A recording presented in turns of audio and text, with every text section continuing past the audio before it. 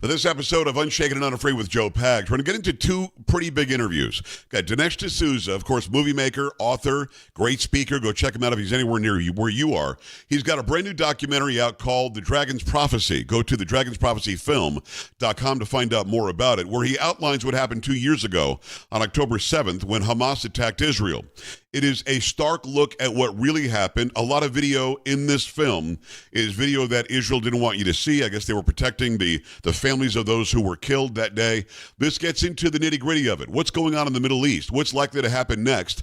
And is this peace that we're hearing about going to be a lasting peace? So first we start with Dinesh D'Souza.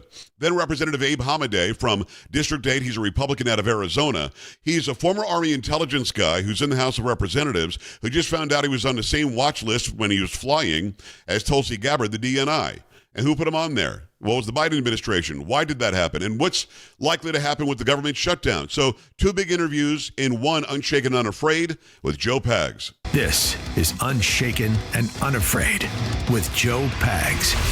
As we do this, tomorrow is the anniversary of that brutal, unprovoked attack by Hamas on Israel. And I got to tell you something, in 2 years, the messaging has gone nuts, where a lot of people are like turning on Israel. It's very strange. I've got Dinesh D'Souza with us today. He's got a movie out called thedragonsprophecyfilm.com. It actually comes out today on the 6th. You can see it in theaters again on Wednesday, and you can also go and get it and download it as well. Dinesh, how are you? Good to see you again. I'm doing great. Thanks for having me on. I got to ask this, Dinesh, right up front. How is it they're being so successful? I did a post over on social media a little while ago that Hamas isn't regretful. Even if they get a deal done and there's some sort of semblance of peace in that region, I hope that happens, they still aren't apologizing. I don't know that they're going to be disinvolved completely. We want them to be. But this organization doesn't have any regrets about what it did. And when I posted that, you should look at what they wrote on Instagram and on TikTok and on X. They're attacking Israel. Like the IDF had a stand-down order. They shut off the Iron Dome. The IDF wanted it to happen. They, in fact, funded it. Dinesh, why is the messaging against Israel worked so well over the past 2 years? I don't get it. Well, this is, I think, there are a number of reasons for it. So one is that the Israeli government, I think, made a bad decision at the beginning not to release the October 7th footage. Think about it. Most people haven't seen it. They might have seen a snippet here or there, right, but they haven't, quote, been on the scene. And this is, in fact, the first 10 minutes of my movie, because I put you on the scene. And not only that, you're seeing it not from the Israeli point of view, you're seeing it from the Hamas point of view. So it's almost like you are on a motorcycle, you have a GoPro on your head, and you're riding with Hamas over the fence into the kibbutzes of Israel to cause mayhem. And the reason it has to be that way is Hamas filmed it, and they live streamed a lot of it. And we've been collecting the footage for 2 years. And now many people will be seeing it in this film for the first time. They will never have seen it before because the Israeli government said, out of deference to the hostage families, we don't want to release this footage. We want to just show it to select groups of journalists who turned out to be mostly left-wing journalists who had no interest in the truth on this matter. So I think that this would be a little bit like trying to debate World War II and the Pacific War without having any idea. You might know sort of about Pearl Harbor, but you have no feeling of what that was like, or even 9/11. So I think that's the first reason why that people connect with October 7th, theoretically, but they don't connect with it emotionally, and they need to really understand what happened. That's what set all this off. thedragonsprophecyfilm.com. Go there. Check out the preview right now. The trailer is up and running, which is amazing in and of itself. You've got to go and see the movie as well. So the decision made by the Israeli government was in deference to the families and because of the brutality of what happened. I mean, these people were bragging about killing people who were innocent people. They just attacked a music festival. They went into the kibbutzes and they just started killing families. I mean, it's disgusting. You think that they should have released it right from the beginning to say, look how horrible this is? Because we were describing it, Dinesh. But you really can't describe what actually happened, can you? Well, here's something that happened, Joe, that I almost think has a providential aspect to it. So I go down there. I go to the site of the Nova Festival. I interview one of the survivors there. But then I go to the kibbutz, and I'm talking to this woman. Her name is Lishai Miran, and her husband, even right now, is a hostage in Gaza. Wow. And Lishai Miran is describing that when the Hamas shots they heard, her family fled into their safe room, and then the Hamas monsters, as she puts it, comes through the window of their house, and they can't get into the safe room, so they go next door. They grab the neighbor's 14-year-old kid, and they tell him, we'll shoot you in the head unless you come with us and you tell them in your voice in Hebrew to please open the door, or they're going to kill you. And so, of course, the 14-year-old does that. They open the door. And Hamas then goes ahead and shoots the 14-year-old kid. Right now, as I'm talking to this woman, describing these things, and in my earlier movies, I would be very tempted to recreate the scene, but I don't have to, because as it turns out, I have the actual footage of the Hamas people going through the window into her house, grabbing the 14-year-old kid, because Hamas filmed it. And so she's talking about it, but instead of recreating it, you're on the scene. You can actually see what happened to her. So this is like a movie maker's dream. I don't mean to sort of sound crass about it, but what I'm saying is the vividness of it is bringing October 7th now 2 years later to life in a way that was not done right after that event. TheDragonsProphecyFilm.com. Go there, find out where there's a theater near you for today or for a Wednesday. You can get it digitally as well. Go right now to TheDragonsProphecyFilm.com. It's Dinesh D'Souza. Dinesh, what do you make of people like Candace Owens and Tucker Carlson, both of whom I like, both of whom have been on my show? I haven't talked to them in quite some time, but they seem to have jumped the shark, and the insinuation that Israel is running the world, this little country about the size of New Jersey, is running the entire world. They're killing people on our side like Charlie Kirk. That's the assertion. They didn't come out and say that. They're controlling everything. They control all of our intel agencies.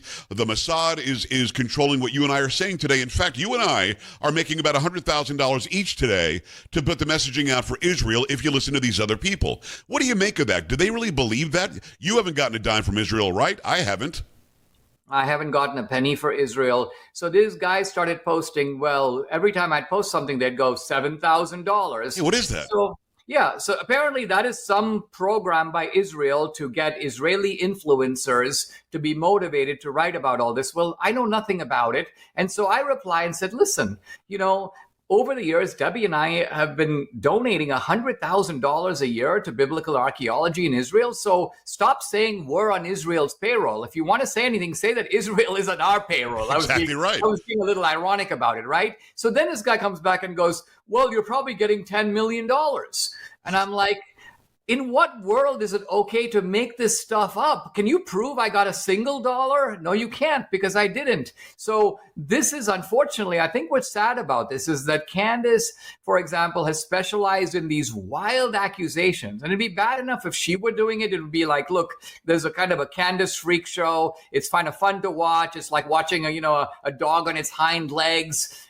We can't look away because it's so interesting. Right. But nevertheless, we don't really believe it. But the problem is that Candace is creating almost a little army of people who are even crazier than she is. Yes. And Tucker, in his own way, same thing. His style is different because his style is, oh, shucks, I'm just asking questions. Yeah. But what he does is he insinuates really incendiary things, like maybe we should have allied with Hitler against Stalin in World War II. He won't defend that, but he'll suggest it. And then his guest, who's some obscure, nun with a mustache or some bizarre academic, will be like, that's right. Yeah. And then Tucker goes, wow, very interesting. I haven't thought of that, like an epiphany. And I'm like watching this spectacle, and I'm like, are people like dumb enough to believe it and go along?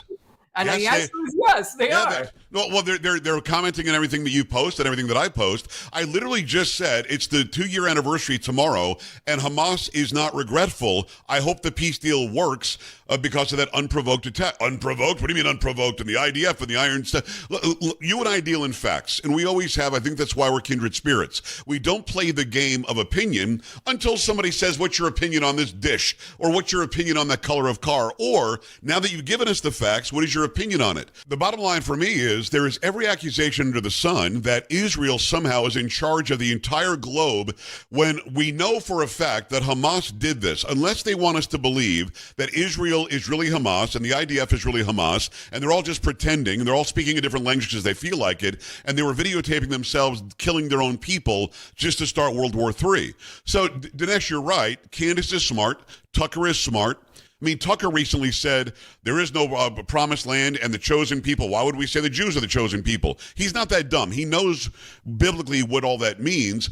But with them saying the innuendo and going around the outsides of it and bordering on saying it outright, there are others who believe them, who are sycophants, who are saying it outright. And you and I must be getting paid. And Bibi Netanyahu is the biggest mass murderer on the planet when you and I know better than that. So what do we do to counter that? Because they seem to be lost in the weeds. People who follow me and follow you and like us are attacking us because we're defending Israel. I don't get it. I think with a guy like Tucker, there is, and by the way, this is true of the most effective types of lies and deception. There's always an element of truth in it. Right. So the element of truth is Israel was caught like napping on October 7th. Now, why was it caught napping? The answer is for kind of the same reason that America was caught napping at 9/11. Yes. Right? In other words, we should have known about 9/11. They had done the attack on the embassies, on Khobar Towers, on the USS Cole. But nevertheless, we found it hard to believe they would actually come to our shores and do this. And they carried out a very imaginative attack, and we were completely shocked when that happened. Yes. Same in Israel. Israel is a polarized society. They were trying to get rid of Netanyahu. They were trying to basically do lawfare on him, very similar to Trump. There was a big fight going on about the Supreme Court. So their society was divided right down the middle, and they were obsessed with their domestic concerns internally, and they took their eye off the ball. I'm also told that the IDF has been spending a lot of its money lately, not so much on human resources on the ground, but all this cyber security, thinking that the next attack is bound to be electronic and right. Not just a bunch of Hamas guys coming over the fence or coming in gliders. So Israel was looking the other way. They were blinded, you may say. And that's a sufficient explanation of it. Unless you have some telegram, some exchange of emails, some tangible proof. I mean, the idea, if Netanyahu knew about this, the Israeli left would have savaged him so badly by now that he would have had to resign a long time ago. So you think that somehow Candace Owens has figured out something that the entire Israeli left does not figured out yet? I mean, this is preposterous. She's sitting there basically calling on her, quote, citizen journalists who are basically a bunch of adolescents in their basements. Help me out here to solve this mystery. Right. And, this is like comedy in a more sane world. Now, Tucker, like I say, is a different animal, because when Tucker says something like replacement theology, yes, it is true that we are under a new covenant. Yeah. And yes, it is true that the spiritual baton has passed, in a sense, from the Jews to the Christians. But no, it is not true that the New Testament somehow cancels out the Old. No, it is not true that God's land covenant, his land assignment to Abraham and his descendants in perpetuity, that is somehow repealed, or the Jews have done bad behavior and therefore they've given up the land. God has, quote, taken it back. This is all completely nonsensical. So again, there is an element of truth that is used as a passport to essentially present a procession of lies. It is the dragonsprophecyfilm.com. The dragonsprophecyfilm.com is Dinesh D'Souza, his latest documentary, and it's above reproach. I mean, what this man does is he finds out the fact and then he reports it and does it in a very, very good way to see it on film. Plus, you're going to see the brutality of that day, October 7th. It's in theaters tonight. Go to the dragonsprophecyfilm.com and find out where that is. Also, it's in theaters on the 8th, and it's available for you to download as well. I've got to ask you about the one thing that Tucker said, and I don't want to make this about Tucker and Candace, but I thought it was important to bring that up because you and I are both influencers, you much larger than I, but we both have millions and millions of followers out there that are willing to attack us because of what Candace and Tucker are saying. The other day he said, there is no promised land to any chosen people. As a Christian, I believe I'm the chosen people, or that we're the chosen people. As a Christian, I don't believe the Jews are better than I am. In fact, I don't believe Judaism is the right religion because I don't follow it. I follow Christianity. But I know from my grandfather who came over on a boat from Italy in 1928, but Joey, it's in a chosen land. It's in a promised land for the chosen people. And I said, what does that mean, Grandpa? It means God promised that land to those people. It doesn't mean that they're any better or any worse than us. They just belong there. Is that how you see it too? Let me begin with a quotation from Pope John Paul II. I'm paraphrasing slightly, but this is what he said. He said, "It is the Holy Land for everyone, but it is the promised land to the Jews. Yes. Now, this is not some Protestant, evangelical, dispensational. This is the absolute mainstream of Christianity. In the 4th century, the church father named Augustine wrote a famous book called The City of God, which distinguishes between the city of God and the city of man. The city of God is the spiritual realm. And in the spiritual realm, there is a new covenant. In the spiritual realm, there is a replacement theology. But that is completely different from the city of man, because God in the city of man found a particular people living in a particular spot, not exactly the best spot in the world. I wouldn't have picked it myself, but God picked it. And he basically goes, here, you can have it. Now, here's the point.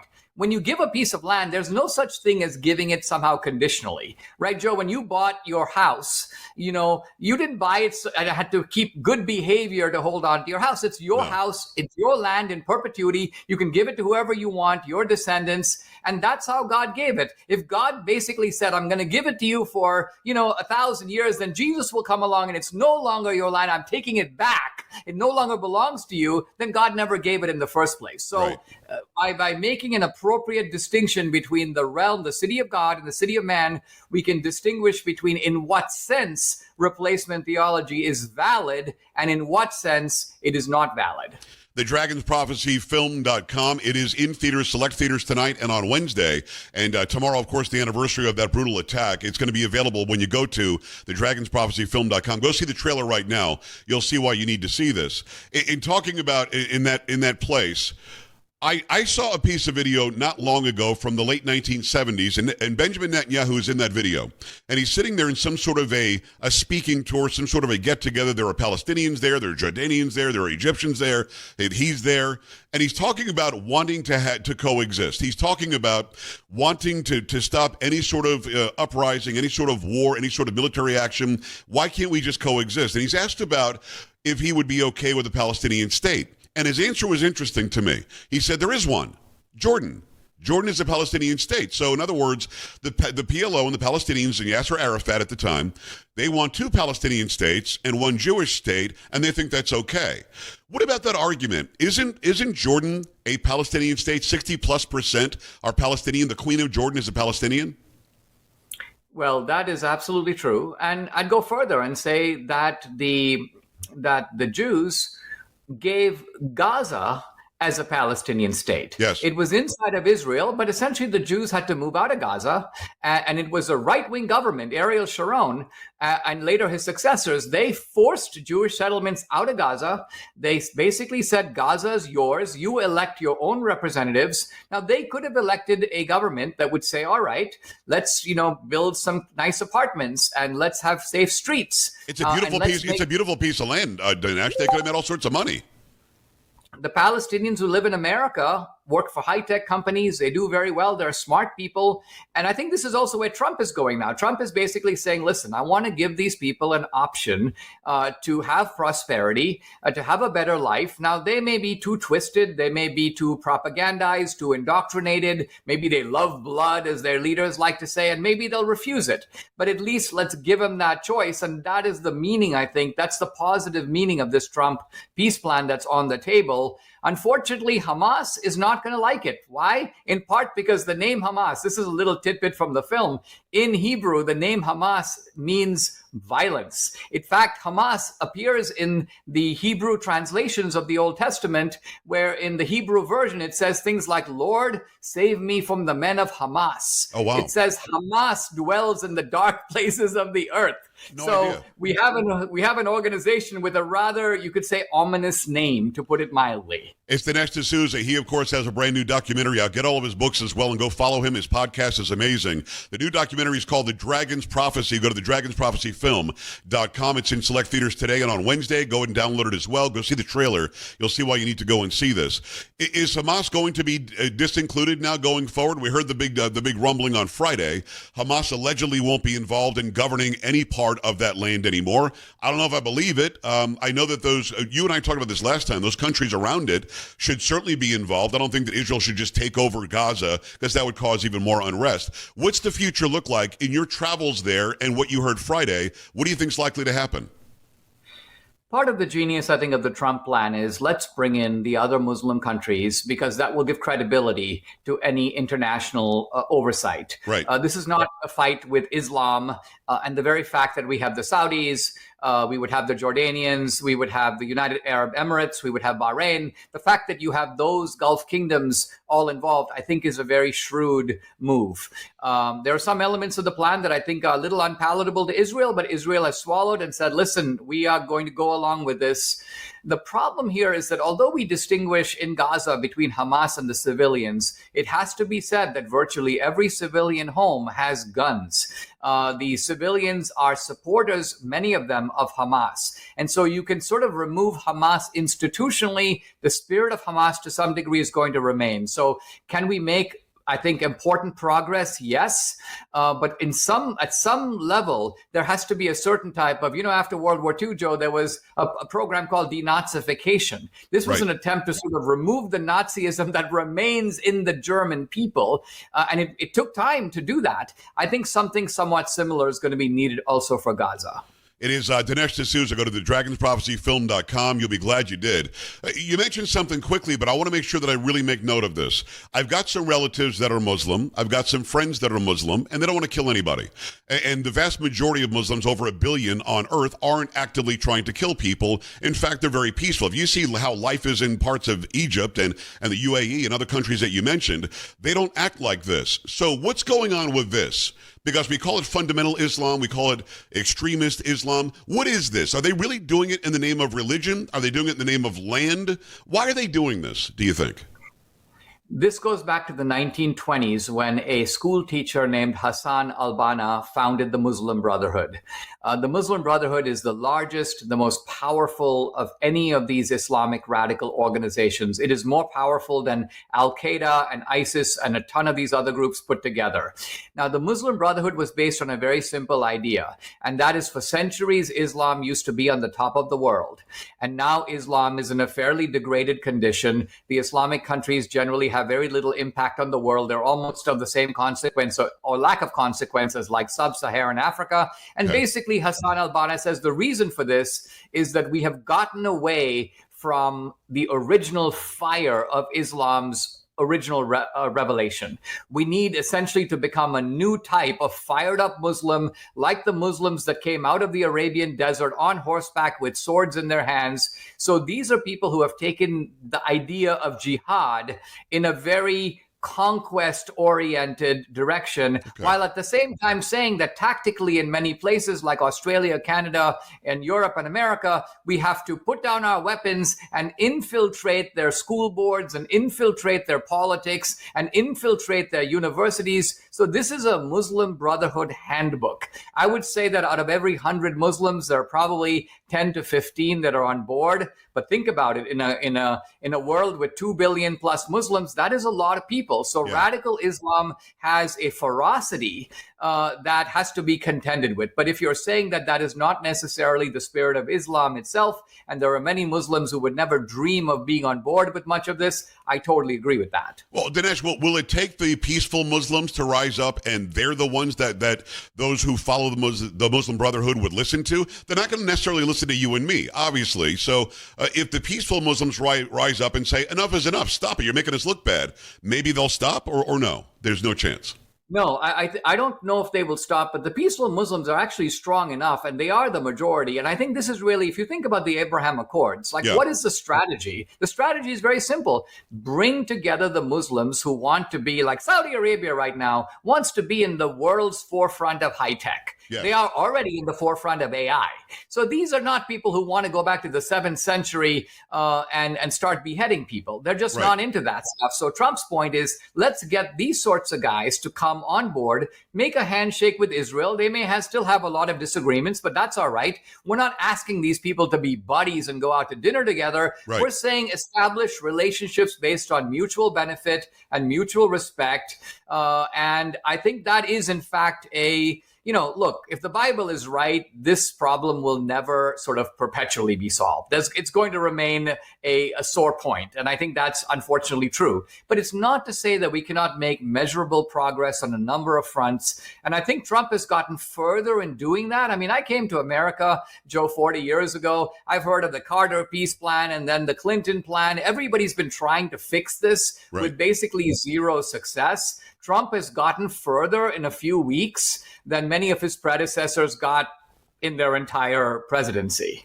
And you're researching the Dragon's Prophecy film. Go to thedragonsprophecyfilm.com. There was an allegation early that it looked like Saudi Arabia was about to have normalized relations with Israel, and that's why Hamas might have done it. Have you found anything out that would prove that?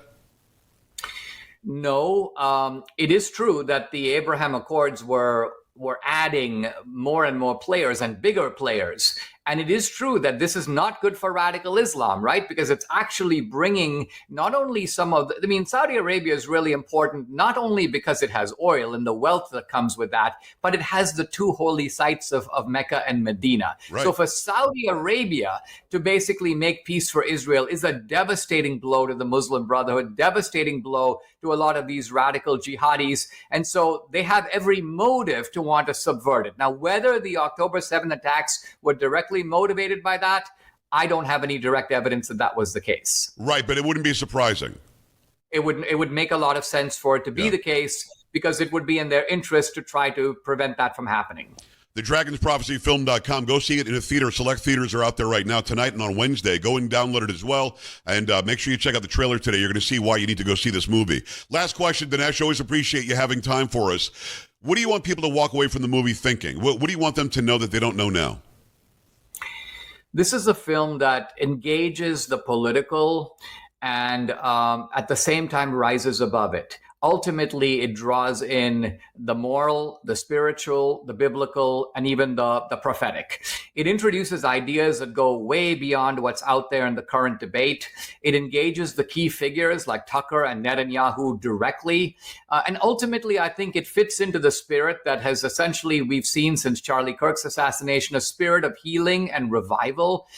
This film ends on a very powerful kind of uplifting note. And I think it'll be good for your soul. It's informative, it's entertaining, it's thrilling, but in the end, it's also spiritually edifying. And I want it to be part of that movement of not just American, but global spiritual revival. I love it. Dinesh D'Souza, thedragonsprophecyfilm.com. Always appreciate the time, my friend. Thank you so much. Always a pleasure, Joe. As the days go by, we find out more and more about what the Auto Pen administration did to just really good Americans, like this guy, Abe Hamadeh. He's District 8 Republican, great state of Arizona. Abe, of course, was an Army intelligence officer. He's in the House of Representatives. He's from the great state of Arizona. Abe, first of all, how are you? Good to see you. Good to be with you, Joe. I'm doing well, other than the Democrats have shut down our government, but everything is going as smoothly as it can be given the circumstances. The government shutdown is ridiculous, and we know that it's ridiculous. We know that it's a Schumer shutdown. In fact, they did a stupid parody song about it, and we'll play that later on in the program. But I want to get to the shutdown in a second. I didn't realize that you, along with Tulsi Gabbard, I knew that Tulsi was on this list, that you were on some Quiet Skies program. Again, you're a guy that was in Army intelligence. You're a guy who's an American through and through. You're certainly not a threat to anybody, unless they're a bad guy. I'd be afraid of you if I were a bad guy. But the Biden administration was like picking and choosing, like almost an enemies list when you guys would fly around the country. Did you have any idea that you were on this list? I didn't up until last week when Senator Rand Paul's office, they've been leading the charge on this on the Senate side. And they gave my office a call and let me know that I was a target by this Quiet Skies program. Me and two other Republican members of Congress were as well. So it leads you to suspect, why are they only going after Republicans or those who are critical of the Biden administration? I mean, my God, I know that I serve with some, interesting people here in Congress. I wonder why they were not targeted. But, I served in the United States Army. I had a top secret clearance. I've been deployed overseas. And Tulsi Gabbard, same thing. She was also a veteran. And but what a testament, Joe, that only in America can we go from being a target by a deep state to now running the government. Look at Tulsi Gabbard; she's the head of director of national intelligence now, and to see that type of reaction, where the good guys still have a shot, ultimately. So Senator Rand Paul exposing it, President Trump and Secretary Kristi Noem getting rid of that program because it wasn't effective. It was costing over $200 million every year. Oh, wow. And remember, Joe, this has been implemented since Barack Obama. But I believe that it was so entrenched in the deep state that not many people even knew that it existed. So it took a lot of good political calculation on Senator Rand Paul's part to expose it. I'm glad that he did, and I'm glad that you know that you were on there. With Tulsi Gabbard, she went after Kamala Harris in that debate. All of a sudden, she was on the list. What did you do? Do you know even why you were on it? Well, one of the times that they targeted me was December of 2022, Joe, which interestingly enough, as you remember, I mean, I was still, I was fighting the closest race in Arizona history. I was active in those lawsuits for attorney general. And, remember at the time, the media, the Democrats, they were calling me one of the greatest threats to democracy. They were, they were going after us, calling us fascists. And this is what they do to us. And the only thing they have right about that is that I am a threat. And the American people, we are a threat. We are a threat to their power. We are a threat to their corruption. And together, as long as we stand with President Trump, we will defeat them. But other than that, it's odd timing, that's for sure. Abe, when you were flying, and it's Abe Hamadeh, District 8 Republican, great state of Arizona, hamadeh.house.gov. When you were flying, did you feel a difference? Did you notice that the security was increased? They were checking you further? It was taking you longer? Or did you not notice anything? I noticed it like a few times, right? But I didn't notice it, I just thought it was random or, just something that they did periodically. So I didn't know up until Senator Rand Paul's office actually contacted me. I think Director Gabbard, Tulsi Gabbard's instance was much more aggressive. I don't know if hers was just domestic flights. Mine may have just been international flights. I don't know exactly, but just to know that they were going after someone with a top secret clearance who served, who was active in the military at the time, and who was a political candidate for office, who was very critical of the Biden administration. It just leads you to suspect that there's more calculations on their part, because from the reports that came out, even some of these other congressmen or people in high positions of power, they were going to the same places that Tulsi Gabbard was going, but they were not put on a list. So you have to understand that the deep state would try to justify why somebody's on a list. That doesn't seem like it's bad. And but ultimately, when only Republicans were targeted, or those who are critical of the administration were targeted, it leads you to suspect that there is more nefarious things going on. In your AG race, there were several thousand votes that weren't even counted, right? And I think you lost by, 290 or something like that? So you were on this list because you dared say, I'd like to challenge this and make sure the election was correct? Right. I mean, the time they pinged me was early December, and that's, right after I filed my election contest, my election lawsuit, with the race decided by 280 votes out of 2.5 million, where 9,000 ballots went uncounted. So very legitimate election lawsuit. But I think it's the whole narrative. I remember, Joe, you couldn't even dare to question your elections without being called an election denier at the time. And what they try to, and that's what's terrifying. If you actually think about, how the system and the deep state made it seem like if you question the integrity of our elections, you are anti-American. And in fact, someone like myself who served overseas, I want to see our democracy. I want to see our constitutional republic protected, which requires free, fair, and honest elections. And that's all we were saying. Well, we have the constitutional right to question any election we want. You literally can say, I don't believe the outcome and I want it to be checked. And you shouldn't be taken off of Twitter or be on some no-fly list or be in trouble on some right-wing, nut job list. Are we at a place now to where we can actually say, hey, I'm not sure about that election. I'm not sure that I believe the outcome, and not be punished for it? I think right now the Overton window has shifted quite dramatically, Joe. I mean, I'm with my colleagues here in Congress, and I'll tell you, just a few years ago, even amongst Republicans, they would not dare to question elections because of the media and what the Democrats did. But now, I've talked to many members who think mail-in ballots are ripe with fraud. And I think just a few years ago, that would not have been the case. But the targeting by the deep state, and specifically the Quiet Skies program, if you look at the report that came out, they weren't just targeting people in politics. The reason why I came forward ultimately, Joe, is because I want the American people to understand how deep the corruption was going. They were targeting regular Americans. If you dared question the mask mandates, if you thought masks were not effective, they would go after you. They targeted a federal air marshal's wife for being around Washington, Wow. D.C. on January 6th. They targeted people who opposed the COVID vaccines. That's ultimately what's terrifying. It was, and remember at the time during COVID, I mean, I remember this very well. Dr. Fauci at the time, that fraud, he was telling us that masks don't work. And then they said they do work. I mean, the inconsistency of the messages was shocking from the federal government. For them to create a narrative and then punish those who don't follow their narrative, that's the ultimate problem. It's absolutely sick. I'm glad that you found out about it, and I hope that anybody who is on that list incorrectly will find out about it. Using the power of government to shut down speech is not the way this country was founded, and I thank God we've got somebody with a backbone like yours to look out for that freedom of speech. It is District 8 Republican, great state of Arizona, Abe Hamadeh. We appreciate the time and the access. Hey, let's talk about Schumer's shutdown. This is the Schumer shutdown. They had a clean CR that you guys passed in the House. You put it onto the Senate. All they had to do was pass it. No increased spending, no decrease in spending, no pet projects for Republicans or Democrats. Just say yes to it. And Schumer said no. What gives here? The Democrats, I think they're still not over the fact the American people rejected them last November.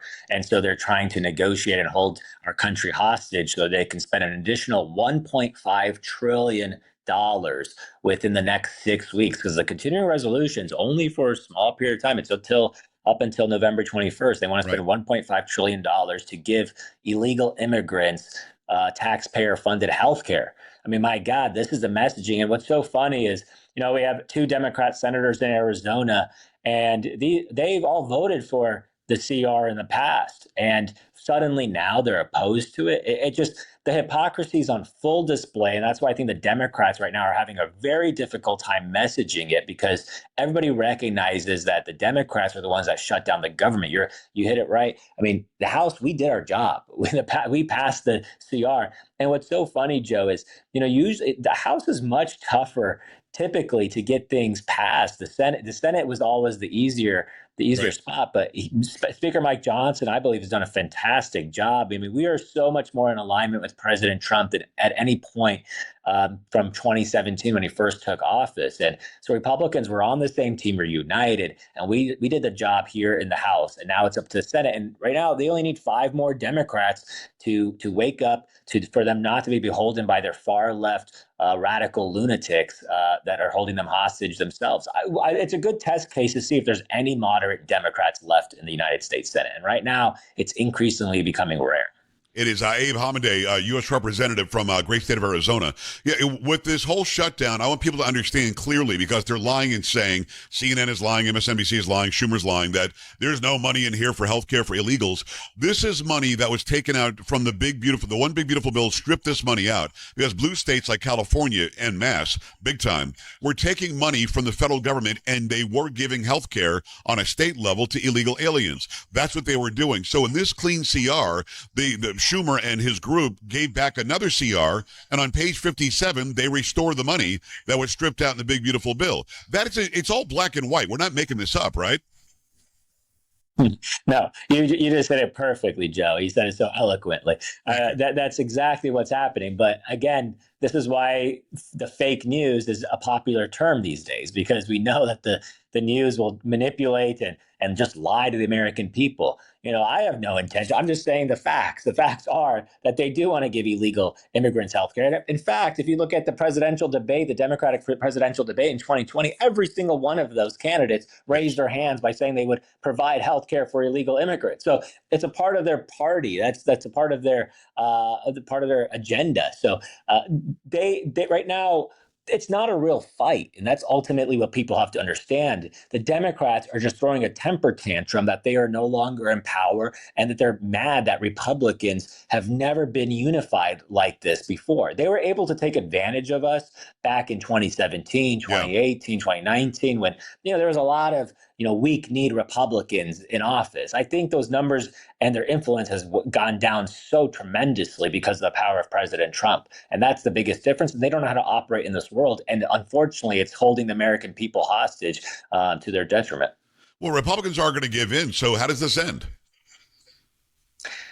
I think the Senate Democrats, if you look at the votes that they've been doing, it's increasingly going in favor, right? Right. Now they just need 5 more because it requires 60 votes for Right. it to pass. There's no way that there's going to be a compromise. We did our job here in the House, and if you try to compromise, believe me, there's going to be a lot of conservative members who are going to vote against it anyway. So I think you just need to have 5 Democrats who are willing to buck their leadership. I mean, I don't even think Chuck Schumer sees this as a good idea, but unfortunately, I believe he's trying to save his own political career, and it really costing Americans.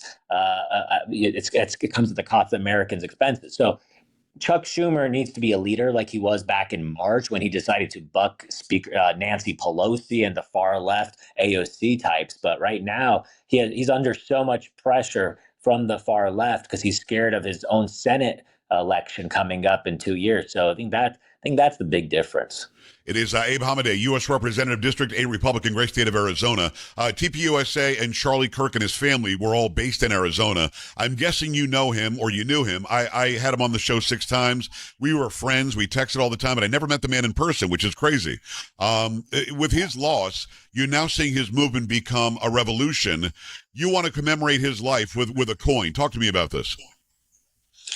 Yeah, Joe, I think it hit people from Arizona really hard for the loss of Charlie Kirk, right? Turning Point was there, founded it over there. And, he was a part of the community. And for that, I was there at the memorial. What a special day that was to have 90,000 people in 2 arenas, a football field, another arena for it. Charlie Kirk, he did so much in the short amount of time he was given on this earth to us. And sometimes that's enough for to change the world. And if you look at the reaction, after Charlie's assassination, he touched so many lives. My staff, I have many of my staff that work with me in Washington or back in Arizona. They were a part of Turning Point. They knew Charlie. Yeah. And so I think the appropriate way to honor him is to put him on a commemorative dollar coin. There's only going to be 400,000 of them. And we've done this routinely for people of historical significance in our country. And I think it would be a very good way to honor his memory for future generations to come.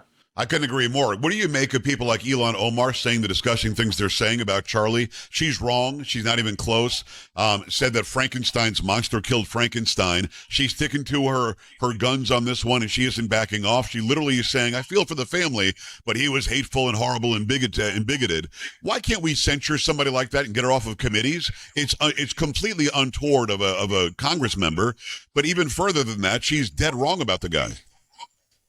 Yeah, no, it's to see the reactions, Joe, for some on the far left. I mean, on TikToks the day after he was assassinated. I mean, some of them are celebrating his death. I mean, you have to be completely soulless to have that type of mentality, that mindset.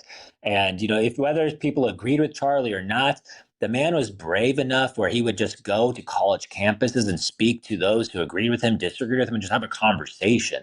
Right. And, to try to suggest that his beliefs were controversial. I don't think it was that controversial to say that, men shouldn't be competing in women's sports. I mean, the stuff that he was saying was common sense that majority of Americans agree on. And I think that's why Kirk's legacy is even bigger after his assassination, because people actually started researching Charlie and what this America First movement is advocating for. But someone like her, there's other members of Congress. It's totally despicable. We should condemn it fully. And unfortunately, it seems like Republicans are so quick to put judgment on our own conference. But, when Democrats do this, or when they attack an ICE agent or a federal law enforcement agent, it seems like, they get a pass. And unfortunately, I think that's got to change. And it's getting a little bit more aggressive. But I always say, we're moving the ball down the field. And right now, we're in a good trajectory.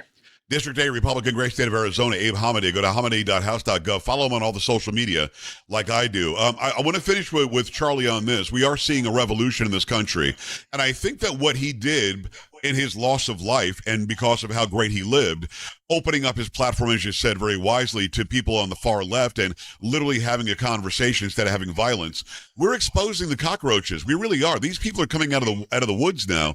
Like, the light is shining brightly, and they're scattering. They're attacking people in Portland. They're attacking ICE in Chicago. What Charlie did, what he opened up, I think really is exposing who these people are. And you're right. The vast majority of Americans are anti that. Give me your thoughts on that. Oh, I think it's highlighted. I've stopped calling it even the radical left anymore, Joe. I think what we are dealing with is the militant left. And Yes. it really highlights the fact that they were able to go kill Charlie, and some people are celebrating that. And you still have, this tension in Portland and New York and Chicago.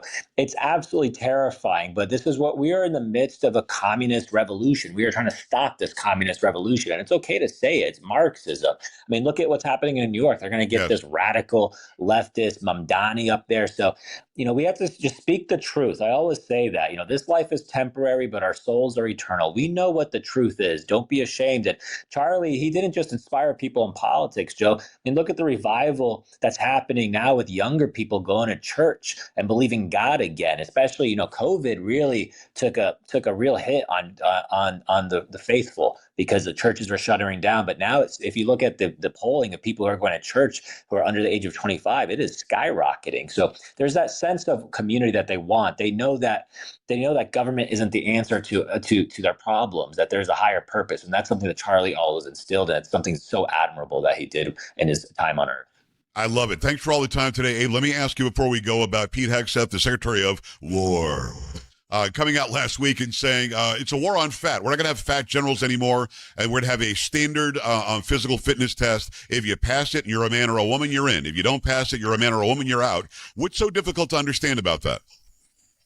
It's not. That's why within the first few months of being in Congress, I led a bill to bring back the Congressional Fitness Challenge, or to institute that. And I know President Trump issued an executive order for the presidential fitness test. Something that all of us knew growing up that you had to do. And for our military, by the way, I mean, our military should exude strength and power and health and fitness. And Secretary of War Pete Hegseth, if you look at the junior enlisted, the military is in good spirits right now. The recruitment numbers are all-time high. They love Pete. They can relate to him.